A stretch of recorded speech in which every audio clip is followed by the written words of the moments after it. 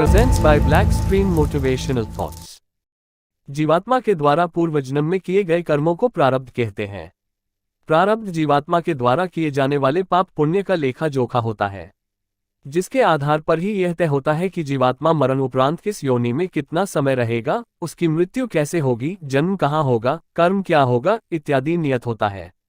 कौन सी योनि में जाना है, यूं तो मनुष्य योनि 7 बार मिलती है, लेकिन मनुष्य योनि के उपरांत जीवात्मा का 84 में पुनः प्रवेश उसके द्वारा मनुष्य योनि में किए गए कर्मों के आधार पर होता है। यह क्रम निरंतर यूं ही चलता रहता है तब तक जब तक कि जीवात्मा को मोक्ष प्राप्त नहीं हो जाता।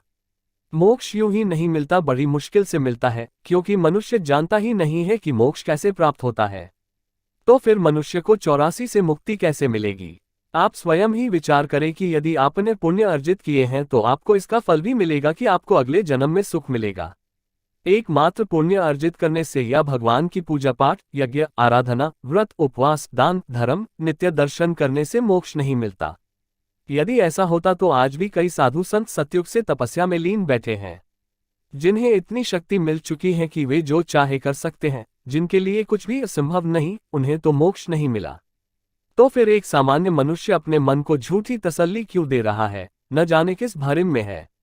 हालांकि मोक्ष प्राप्त करना जितना मुश्किल है उससे भी कहीं ज्यादा अधिक सरल है।